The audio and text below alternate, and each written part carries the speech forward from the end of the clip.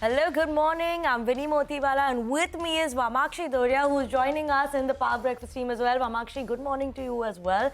An interesting day, 9th of April, a lot is going to be happening. So let's get started with the headlines for today as well. Now, starting with the US futures traded lower after another week of session of all three indices ending lower by up to 2.5% as investors braced for rollout of Trump tariffs. Treasury yields ended higher as White House confirms a cumulative 104% tariff on China. Asia-Pacific markets open lower as country-specific tariffs are set to come into effect. The Nikkei opened with cuts of over 3.5%. The GIFT Nifty is indicating a 300-point gap-down opening for the Indian market as well. Crude oil below the $60 per barrel as sell-off continues on fears of a full-blown trade war, while gold prices rise back above the $3,000 amid a weak dollar and escalating trade tensions. Even as Donald Trump's sweeping global tariffs, including 104% against China, are set to take effect, the president says a lot of countries are wanting to make a deal and China will also make one soon. Once again, says major tariffs on pharma will be announced soon. The RBI Monetary Policy Committee is expected to cut the repo rate by 25 basis points today. Street expects RBI to strike a dovish tone as tariffs could be treated as an additional headwind for financial markets.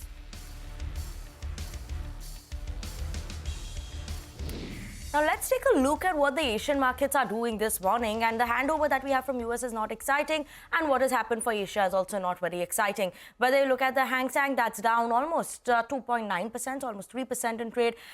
Taiwan index, that's down 1.75% as well. All the indices as of now, ASX 200, Nikkei, Shanghai, all of them also are trading in the red. We do have those worries coming in, especially in terms of today's 9th of April, those further additional tariffs that are imposed as well.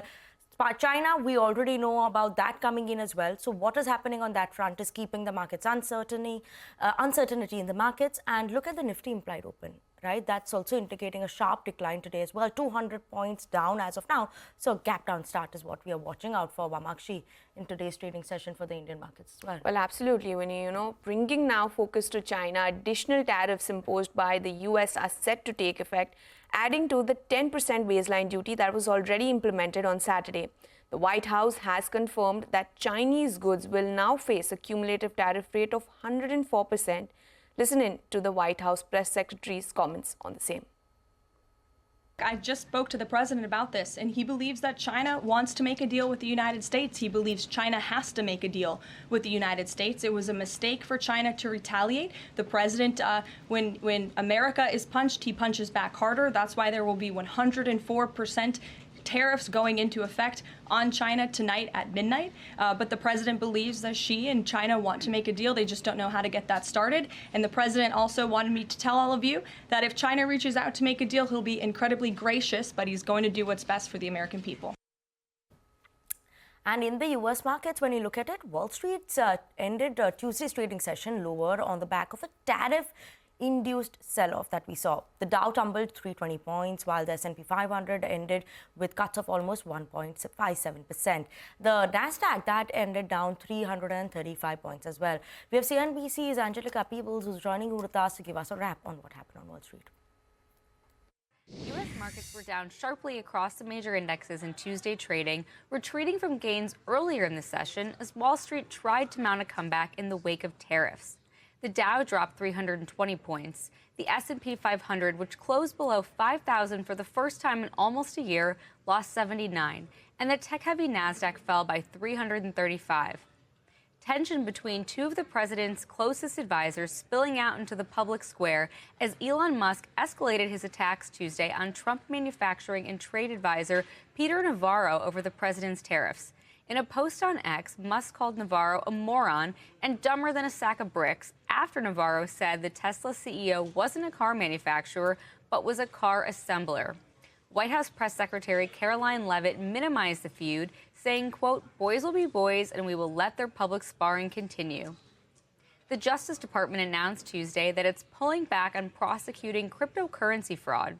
In a memo to staffers, Deputy Attorney General Todd Blanche says the DOJ will largely stop bringing cases related to the Bank Secrecy Act or unregistered broker-dealer violations and instead focus on crimes that use cryptocurrencies such as illegal drug trade and human trafficking.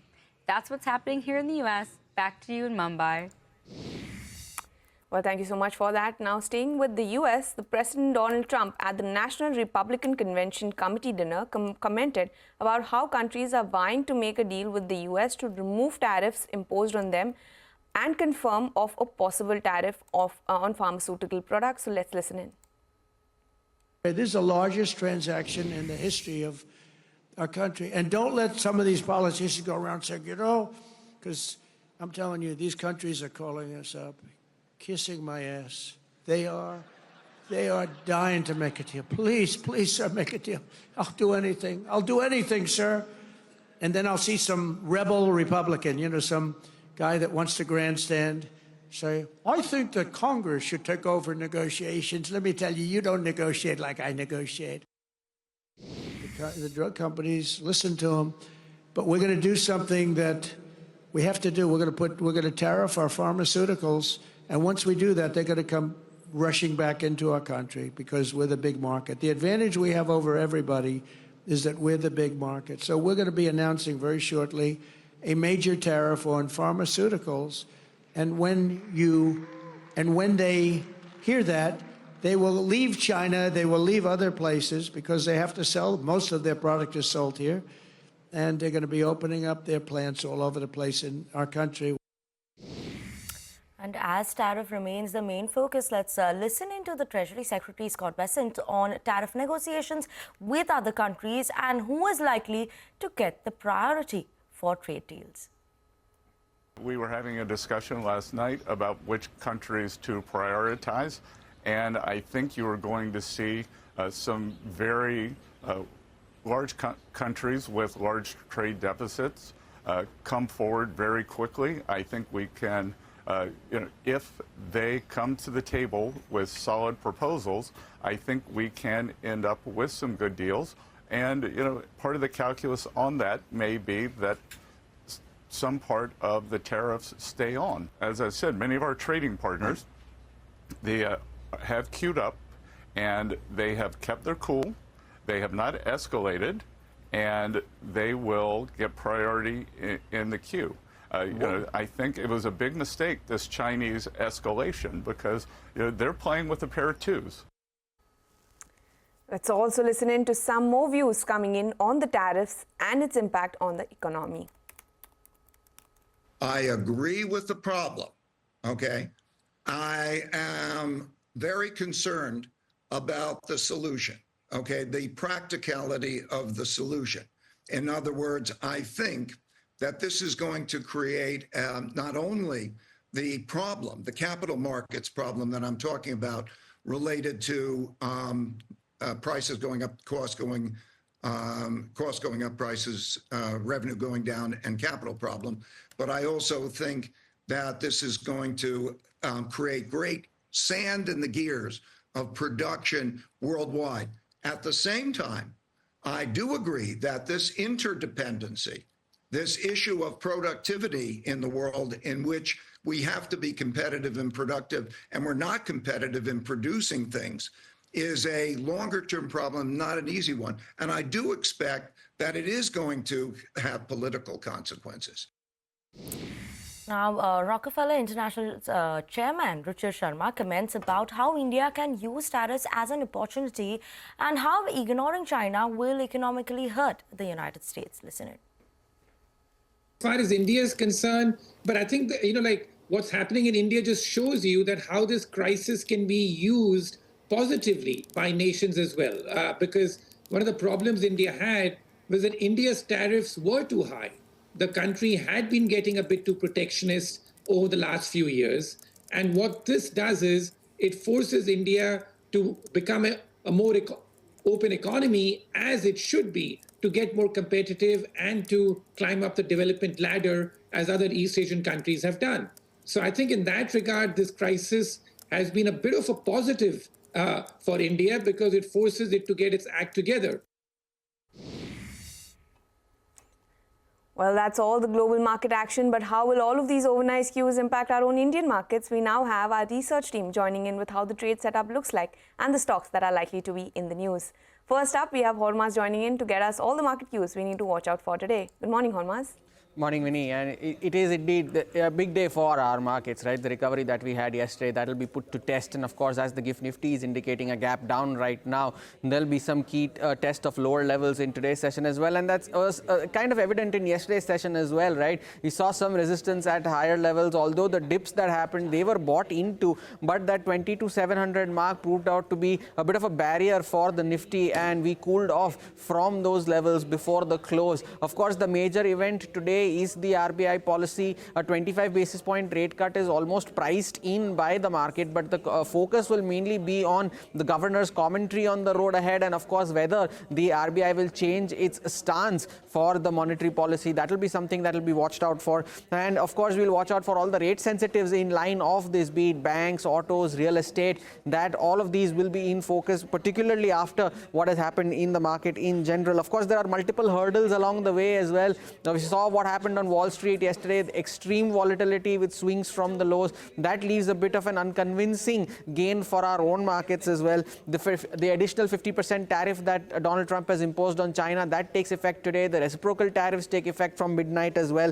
And of course, there is no concrete deal from the US with any trading partner, including India. So that leaves this hanging in the balance a bit as well. So among the key levels to watch, of course, and main thing, of course, tomorrow is, of course, a holiday. So traders would want to remain light. So the expiry gets pushed to today's trading session. 22,700, of course, that remains the key level on the upside to watch. And yesterday's low of 22,270 is the first line of defense on the downside. Of course, watch out for the wicks as well. There's some extreme swings on Wall Street. We'll see if that percolates into our own markets as well. But for now, the GIFT Nifty is indicating a gap down, and the eyes will be on the policy to improve some sentiments.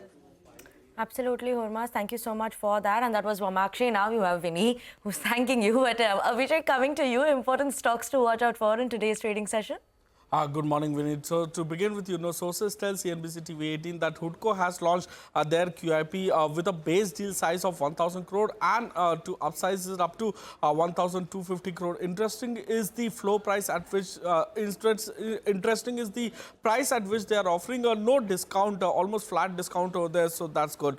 Sham Metallics, they have given their March update. Stainless steel is up 13% YOY but down 23% month on month. Aluminium foil sales are down 2% YOY, but they are up 18% month on month.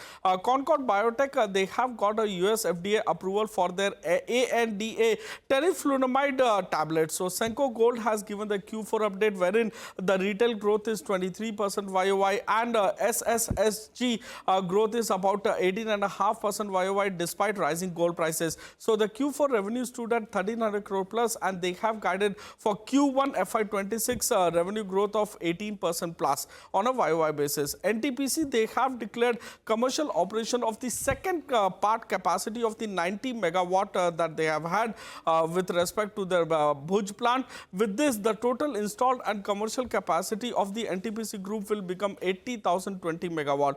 IRB Infra, the March toll collections are have grown by more than 15% on a year-on-year basis. Phoenix Mill has also given their Q4 business update wherein FY25 consumption is up 21% YOY. FY25 gross residential sale is at 212 crore while collections are at 219 crores. Back to you. Well, thank you so much for that, Abhishek. And finally, we now have Mangalam joining in with cues from the F&O space. Good morning, Mangalam. Good morning. So if you look at the market yesterday, the previous day there was a drubbing and yesterday there was some recovery is what we saw. The question is whether that turns into something sustainable or not. The GIFT Nifty suggests perhaps not. The start we opened with a near 200-point cut. But remember, there was a fair amount of volatility on Wall Street. So the three triggers for today was what happens on Wall Street overnight. Secondly, we have the RBI policy outcome. And the third thing is the weekly options expiry. Wall Street, there was volatility and ended lower. Nifty Bank will be the key index to watch out for in today's trading session. Yesterday, crossed past that 100-day moving average. Does it go past that 51,000 mark, which is the 200-day moving average, or does it fall below because of global cues? Is something that we will most definitely be tracking. Nifty weekly options expiry today. Ahead of that, the FIs sold about 5,000 crores in cash, and they also sold about 331 crores in index futures. Nothing really to worry about in index futures, where they have been selling, and now their long exposure stands at 24%. versus 76% short exposure. What was heartening, however, was yesterday they wrote about 5,300 calls, and at the same time they wrote 44,000 puts. So nearly 9 times the put writing is what we saw as compared to call writing. That tells you that there is support at lower levels. Where does that support come in? On the way up, however, for starters, we will see resistance at 22,750 because that's the action that we're seeing on the 22,600 call. Were we to cross past that, the 22,800 call writers or call buyers are active for a punt. But on the way down, 22,500 put and 22,400 put are both active in today's trading session. What does that mean? The option writers are positioned themselves for a range of 22,300 on the way down and 22,750 on the way up for the Nifty today. Okay, Mangalam, thank you so much for that. Keeping an eye out on that range for the Nifty as well. But on that note, we're going to slip into a very short break. And up next, we'll get you the key expectations from the RBI's MPC decision that is there later today. So stay tuned in.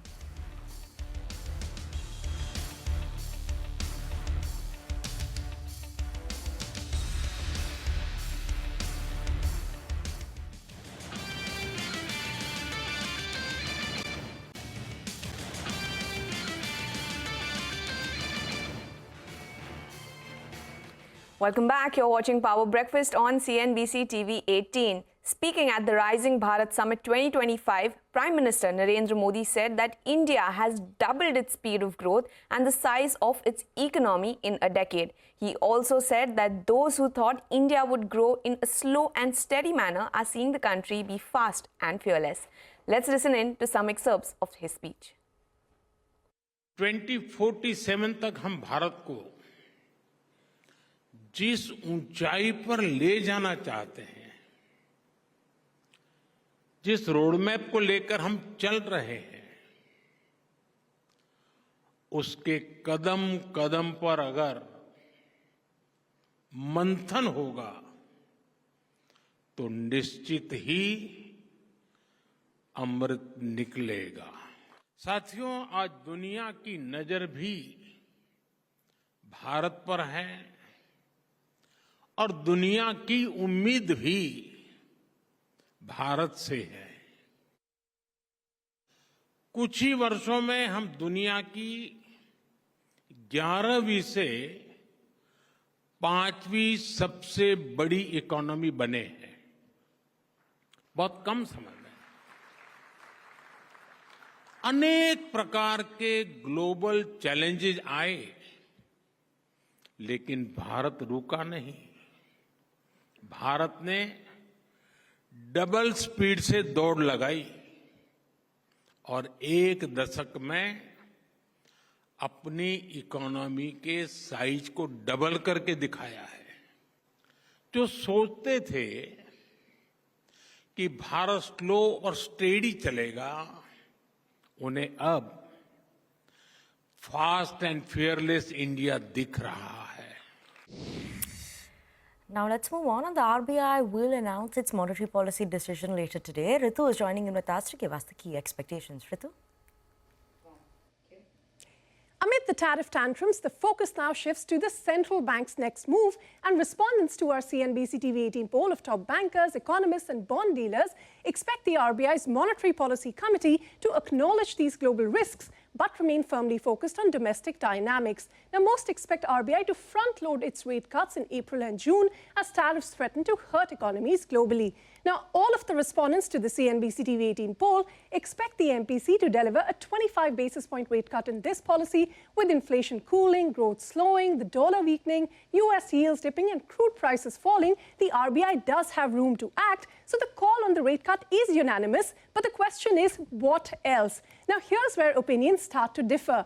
Half the respondents expect a shift to an accommodative stance, signaling a more dovish RBI, but 40% think the MPC will stick with a neutral stance, keeping options open amid what is a very uncertain environment.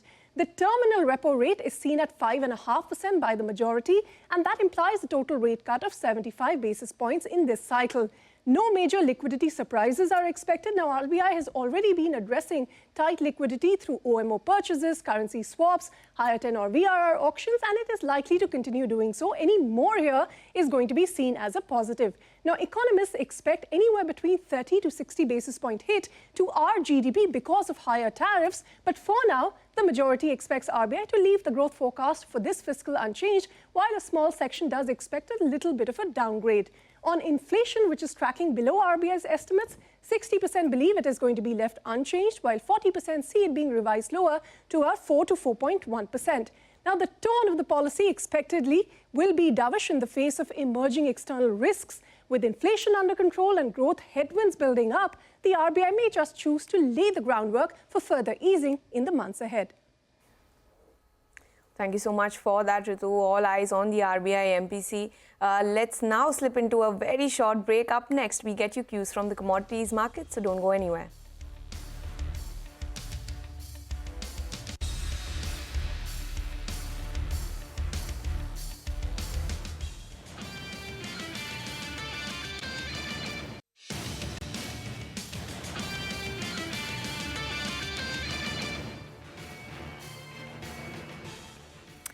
Welcome back to Power Breakfast on CNBC TV 18. We're not seeing any sort of a recovery as of now coming in the Asian markets as well. They still continue to trade in the red. And this is on the worries of Trump tariffs, the 9th April date, where we will see newer tariffs coming in, additional tariff coming in. As of now, also, the Hang Seng is holding on to cuts of almost 1.9%. Taiwan index is down almost 2% in trade as well. And we've seen whether you see the South Korean Kospi, that also opened up lower, that is also trading in the red. We have Japanese index, that is the Nikkei, that is trading with cuts of almost 3% as well. So yes, that's what we are watching out for as of now. Asian markets weak, Indian markets expected to open up in the red as well, a gap down start. But on that note, let's move across to Manisha, who's here to tell us what's happening in the world of commodities this morning. Good morning, Manisha. Good morning, and thank you for that. Well, it is also a decline here when you look at most of these commodities here. So whether it's about gold or silver or metals, and especially the crude oil prices, which has seen another 4% of decline in the Asian markets right now. We're trading below $57 a barrel for the U.S. crude prices, and Brent is nudging below that $60 a barrel mark. We're trading at a 4-year lows for both of these crude varieties. And with the kind of decline that we have seen today, crude is now down 21% in the past 1 week. Well, the investors are pricing in increasing likelihood of recession, the escalating trade war between U.S. and China, and the U.S. will impose 104% tariff on China starting Wednesday today as U.S. markets open. And China saying that the country will fight to the end doesn't really seem to be bringing any closure here. So the U.S. and Iran is also set to begin talks on the nuclear program. So there are various things that are happening in the international markets right now, and that's weighing on global economic growth and expectation of a weaker crude oil demand going forward. The latest Goldman Sachs report says that the WTI crude prices could end this year at 58, and next year could see a decline up to $51 a barrel as well. Well, thank you so much for that, Manisha. But that's all we have on Power Breakfast this morning. But don't go anywhere, because Bazaar Morning Call comes up next.